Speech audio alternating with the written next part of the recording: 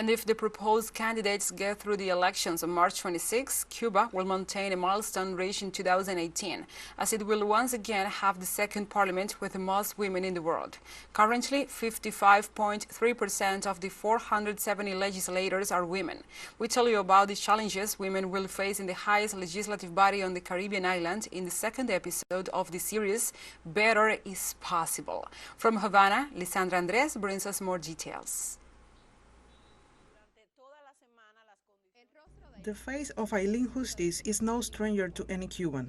For years, she has been part of the team of meteorologists who provide daily weather forecasts. But now, she will also be a familiar presence in the parliamentary arena if she gets elected as a deputy to the National Assembly on March 26.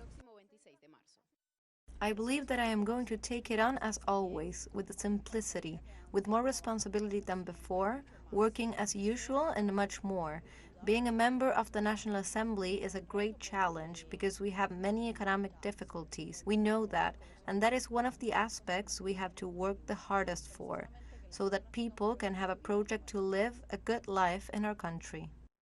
Aileen says that for her, this new responsibility will require a lot of preparation in order to be up to what the country needs. The Cuban parliament is unique and different from the rest. We, or the deputies of the National Assembly in Cuba, are not paid for that. We do it with all our heart, with that determination, desire, and passion that characterize Cubans. That we must move forward so we are able to pursue our profession, whatever it may be, and at the same time defend the principles of the Cuban Revolution from a different angle.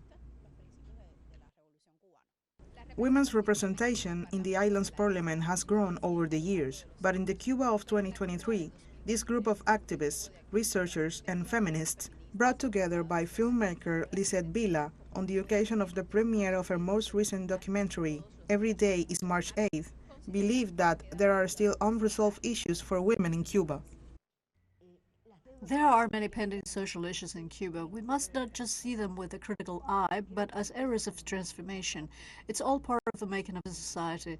Plus, the circumstances that Cuba is experiencing, all those shortages created from abroad, but also due to some failures, mistakes that we have made.